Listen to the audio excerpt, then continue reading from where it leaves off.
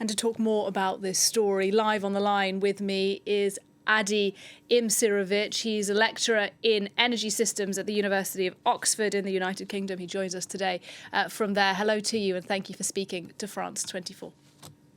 Thanks for having me. Look, from an energy perspective, just help us understand why these attacks on gas infrastructure in Iran and in Qatar, as well as elsewhere in the Gulf, are such a big deal. Well, quite frankly, to put it mildly, it's a bit of a disaster.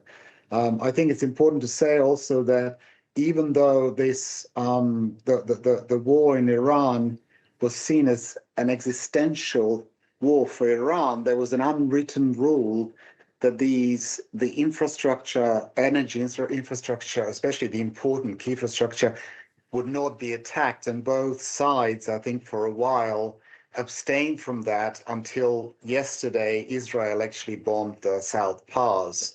Now, the problem with gas is it's difficult to store.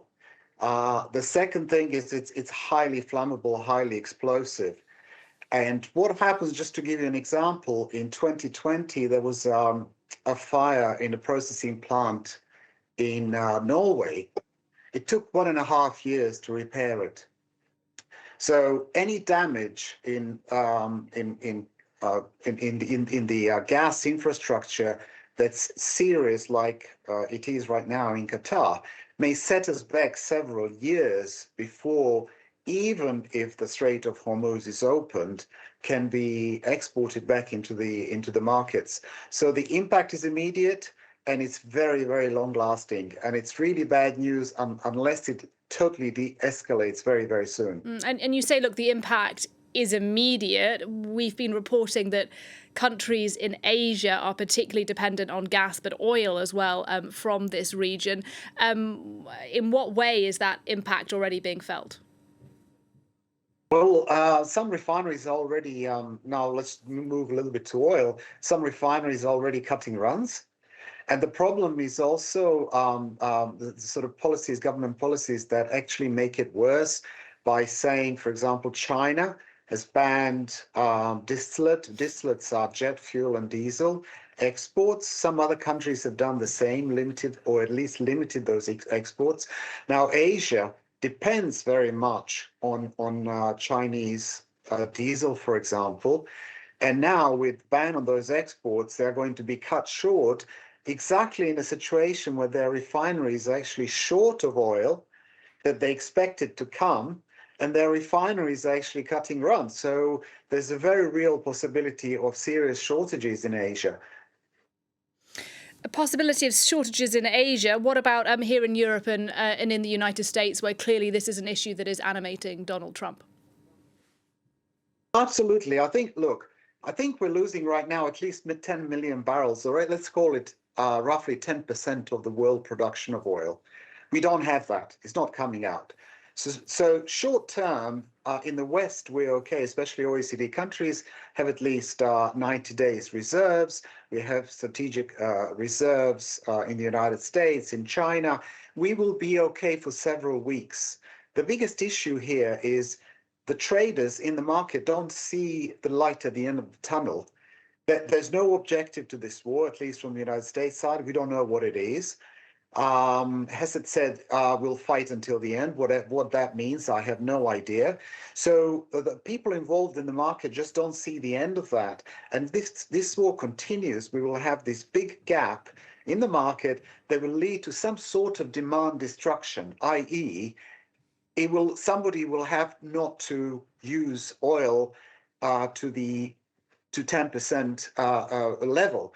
So we will have less flights, less holidays, less miles traveled, and hopefully the governments will not subsidize prices or cap prices, because that will probably lead to shortages. Hopefully the governments will help the needy, but will leave the prices high so that people stop traveling unnecessary travel or stop driving unnecessary driving. But there will be demand destruction. We will be needing that 10% somewhere. I want to ask you about something that we have heard within the last sort of half an hour or so. This is a joint statement from 6 European countries, 6 nations rather, 5 European countries and Japan. They say that they are ready collectively to boost efforts to ensure safe passage of ships through the Strait of Hormuz. Now, that isn't a confirmation, as far as we understand it, that these countries are going to send the ships themselves, but they're talking about trying to help out in one way or another. Do you think that that will go some way to calming the oil markets that, of course, we've seen such turbulence on over the past few weeks? I think it's a very positive development towards calming the markets and calming the whole situation and de-escalating the whole situation.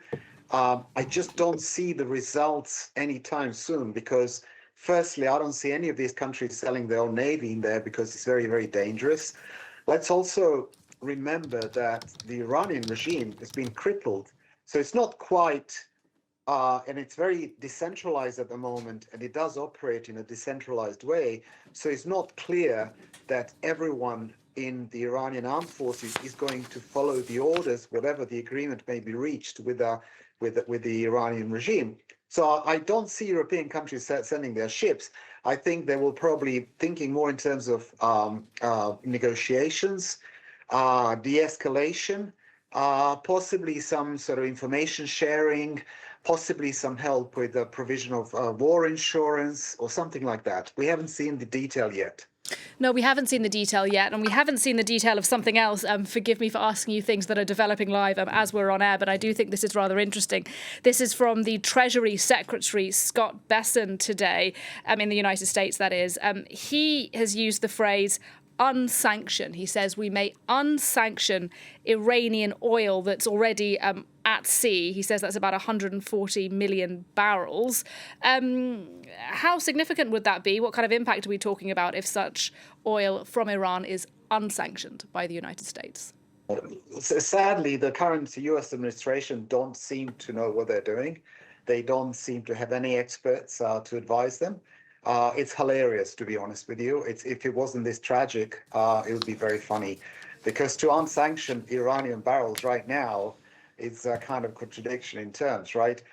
Those barrels were on the water, and they were going most likely to China anyway, because China did not particularly subscribe to, especially independent refiners in China, were the main buyers of the Iranian barrels.